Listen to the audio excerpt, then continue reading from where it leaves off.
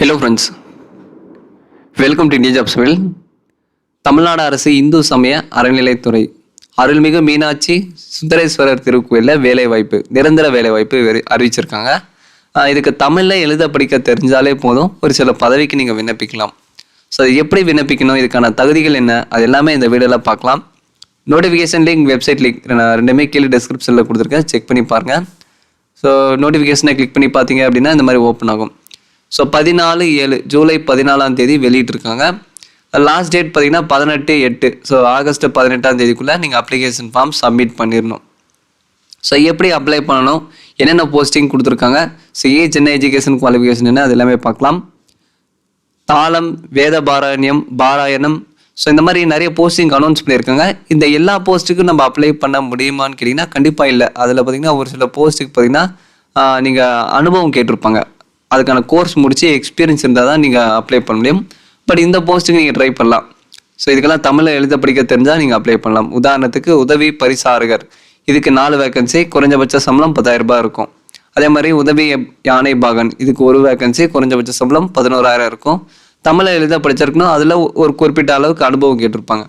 அதே மாதிரி கருணை இல்ல காப்பாளர், இதுக்கு 1 வேகன்சி, குறைஞ்சபட்ச சம்பளம் 15,000 சொல்லியிருக்காங்க. தமிழில் எழுத படிக்க தெரிஞ்சிருக்கணும். கால்நடை பராமரிப்பு தொழிலாளர், இதுக்கு 2 வேகன்சி, 10,000 ரூபாய் சேலரி கொடுத்துருக்காங்க. இதுக்கும் தமிழில் எழுத படிக்க தெரிஞ்சிருக்கணும்.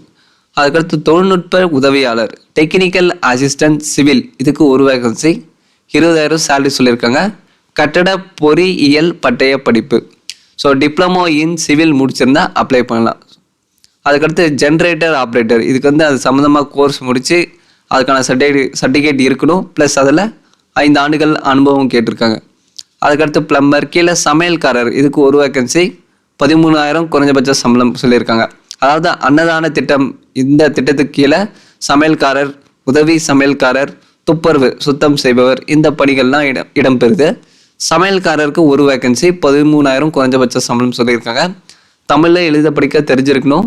அது போக 50 பேருக்கு சமைக்கிற அளவுக்கு நல்லா திறமை இருக்கணும். ஸோ உணவை தயாரிக்கிறதுல ஓரளவுக்கு அனுபவம் இருக்கணும். அதில் 3 ஆண்டுகள் அனுபவம் கேட்டிருக்காங்க. 50 பேருக்கு சமைக்கிற அளவுக்கு திறமை இருந்தால் நீங்கள் அப்ளை பண்ணலாம். அதுக்கடுத்து உதவி சமையல்காரர், இதுக்கும் 1 வேகன்சி தான், சேலரி 11,000 சொல்லியிருக்காங்க. தமிழை எழுத படிக்க தெரிஞ்சு உணவு நல்லா தயாரிக்க தெரிஞ்சால் நீங்கள் அப்ளை பண்ணலாம். அதுக்கடுத்து துப்புரவு சுத்தம் செய்பவர், இதுக்கு 1 வேகன்சி, 10,000 குறைஞ்சபட்ச சம்பளம் சொல்லியிருக்காங்க. தமிழில் எழுத படிக்க தெரிஞ்சால் போதும், அப்ளை பண்ணலாம். இந்த மாதிரி ஒரு சில போஸ்ட்டுக்கு தமிழில் எழுத படிக்க தெரிஞ்சிருந்தால் மட்டும் போதும் நீங்கள் அப்ளை பண்ணலாம் அப்படின்னு சொல்லியிருக்காங்க. இதுக்கு மதுரையில் இருக்கிறவங்க மட்டும்தான் அப்ளை பண்ணணுமா ப்ரோ அப்படின்னு கேட்டிங்கன்னா அந்த மாதிரி இல்லை ஃப்ரெண்ட்ஸ். இதுக்கு தமிழ்நாட்டை சார்ந்தவங்க, அதாவது இந்து மதத்தை சார்ந்தவங்க, தமிழ்நாட்டை சார்ந்தவங்க யார் வேணாலும் விண்ணப்பிக்கலாம். ஸோ மதுரைக்கு நேராக இருக்கிறவங்க கண்டிப்பாக ட்ரை பண்ணுங்கள். நிரந்தர வேலை வாய்ப்பு தான், கண்டிப்பாக உங்களுக்கு யூஸ்ஃபுல்லாக இருக்கும். ஸோ உங்களுக்கு தெரிஞ்சவங்க மதுரையில் இருந்தால் இந்த வீடியோ ஃபார்வர்ட் பண்ணுங்கள்.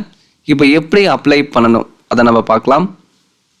ஸோ அதுக்கான டேர்ம்ஸ் அண்ட் கண்டிஷன் கீழே கொடுத்துருப்பாங்க. இதர தகுதிகள் மற்றும் நிபந்தனைகள். ஸோ விண்ணப்பதாரர்கள் இந்து மதத்தை சார்ந்தவர்களாகவும் இந்து மதத்தை பின்பற்றுகிறோம், அதாவது இந்து மதத்தை சார்ந்தவங்களா இருக்கணும், அதை பின்பற்றுறவங்களா இருக்கணும், அது போக தமிழ்நாட்டை சார்ந்தவங்களா இருக்கணும்னு சொல்கிறாங்க. ஸோ 1/7/2022 இந்த தேதி பிரகாரம் 18 வயசு கம்ப்ளீட் ஆகிருக்கணும். ஸோ ரன்னிங்கில் இருந்தால் நீங்கள் எலிஜிபிள் இல்லை. ஸோ முழுமையாக 18 வயசு பூர்த்தி அடைஞ்சிருக்கணும்னு சொல்கிறாங்க. 35 இல்லைனா அதுக்குள்ளே இருந்தால் நீங்கள் அப்ளை பண்ணலாம். 18 வயசு நிறைவடைஞ்சிருக்கணும்னு சொல்கிறாங்க. 35 இல்லைனா அதுக்குள்ளே இருந்தால் நீங்கள் அப்ளை பண்ணலாம். 18 to 35 இருந்தால் அப்ளை பண்ணலாம். அதுக்கடுத்து இந்த கருணை இல்ல காப்பாளர் அப்படின்னு ஒரு பதவி இருக்கு இல்லையா, அதுக்கு பெண்கள் மட்டும்தான் விண்ணப்பிக்க முடியும் அப்படின்னு சொல்கிறாங்க. ஸோ கருணை இல்ல காப்பாளர்னு ஒரு பதவி இருக்கும். ஸோ இந்த சீரியல் நம்பர் 6 கொடுத்துருக்காங்க இல்லையா, கருணை இல்ல காப்பாளர், இந்த ஒரு பதவிக்கு மட்டும் பெண்கள் மட்டும்தான் விண்ணப்பிக்க முடியும்னு சொல்லியிருக்காங்க. இப்போ அப்ளிகேஷன் ஃபார்ம் பொறுத்தவரையில் வெப்சைட்டில் நீங்கள் டவுன்லோட் பண்ண முடியாது. ஸோ கோயிலில் மட்டும்தான் தருவாங்க. ஸோ டேரெக்டாக அந்த கோயிலில் போயிட்டு நீங்கள் 100 ரூபாய் கொடுத்து அப்ளிகேஷன் ஃபார்ம் வாங்கிக்கலாம். அதில் serial number with seal mention பண்ணுவாங்க. ஸோ அந்த அப்ளிகேஷன் ஃபார்ம் மட்டும்தான் அவங்க அக்செப்ட் பண்ணுவாங்க. ஸோ நீங்கள் அந்த அப்ளிகேஷன் ஃபார்மேட்டை நீங்களே தயாரிக்கிறதோ இல்லை வெளியில் வாங்குறதோ அந்த மாதிரிலாம் பண்ணிங்கன்னா அவங்க ரிஜெக்ட் பண்ணுவாங்க. அவங்க கோயிலில் கொடுக்குற அப்ளிகேஷன் ஃபார்மை மட்டும்தான் அவங்க அக்செப்ட் பண்ணுவாங்க.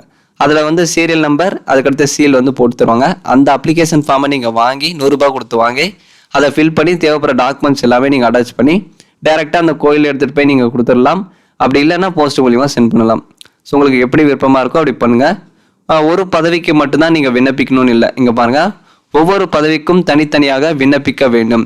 ஸோ 2 அல்லது அதற்கு மேலான பதவிகளுக்கு ஒரே விண்ணப்பத்தில் பூர்த்தி செய்திருந்தால் அந்த விண்ணப்பம் ஏற்றுக்கொள்ளப்பட மாட்டாதுன்னு சொல்லியிருக்காங்க. ஸோ ஒரு போஸ்ட்டுக்கும் தனித்தனியாக அப்ளிகேஷன் ஃபார்ம் வந்து நீங்கள் ரெடி பண்ணி சென்ட் பண்ணணும். ஸோ ஒரே அப்ளிகேஷனில் 2-3 போஸ்ட்டுக்கு நீங்கள் ஃபில் பண்ணி சென்ட் பண்ணீங்க அப்படின்னா அதை அக்செப்ட் பண்ண மாட்டாங்க.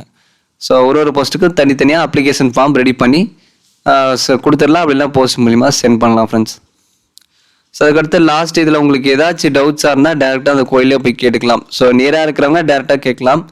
ஸோ உங்களுக்கு தெரிஞ்சவங்க யாராச்சும் இருந்தால் கமெண்ட் அந்த மதுரை மாவட்டத்தில் தெரிஞ்சவங்க யாராச்சும் இருந்தால் இந்த வீடியோ ஃபார்வர்ட் பண்ணுங்கள். ஸோ இதில் ஏதாச்சும் உங்களுக்கு டவுட்ஸ் இருந்தால் கமெண்ட் செக்ஷனில் கேளுங்க, கண்டிப்பாக ரிப்ளை பண்ணுறேன். இதர விவரங்கள் 6th பாயிண்ட்ல இதர விவரங்கள் மற்றும் நிபந்தனைகளை திருக்கோயில் அலுவலக வேலை நாட்களில் அலுவலக வேலை நேரத்தில் நேரில் வந்து தெரிந்து கொள்ள வேண்டும். ஸோ உங்களுக்கு ஏதாச்சும் டவுட்ஸாக இருந்தால் மதுரை எல்லாம் அதுக்கு நேராக இருக்கிறவங்க டைரெக்டாக கோயிலில் போயிட்டு உங்கள் டவுட்ஸ் வந்து நீங்கள் கேட்டுக்கலாம். ஸோ ஏதாச்சும் டவுட்ஸ் இருந்தால் கமெண்ட் செக்ஷனில் கேளுங்க, கண்டிப்பாக ரிப்ளை பண்ணுறேன். ஸோ இதில் வந்து ஒரு சில போஸ்ட்டுக்கு மட்டும்தான் அப்ளை பண்ணணும்னு இல்லை. நீங்கள் எலிஜிபிளாக இருந்தால் படித்து பார்த்துட்டு எந்த பதவிக்கு நீங்கள் அப்ளை பண்ண விருப்பப்படுறீங்களோ அதுக்கு வந்து நீங்கள் அப்ளை பண்ணிக்கலாம். அப்ளிகேஷன் ஃபார்ம் வந்து கோயிலில் மட்டும்தான் தருவாங்க. அங்கே தான் நீங்கள் 100 ரூபாய் கொடுத்து வாங்குற மாதிரி இருக்கும். நீங்களே அப்ளிகேஷன் ஃபார்மேட்டை ரெடி பண்ணுறதோ, ஸோ யார் மூலிமா அப்ளிகேஷன் ஃபார்ம் வாங்குறதோ அந்த மாதிரிலாம் பண்ணீங்க அப்படின்னா ரிஜெக்ட் பண்ணுவாங்க.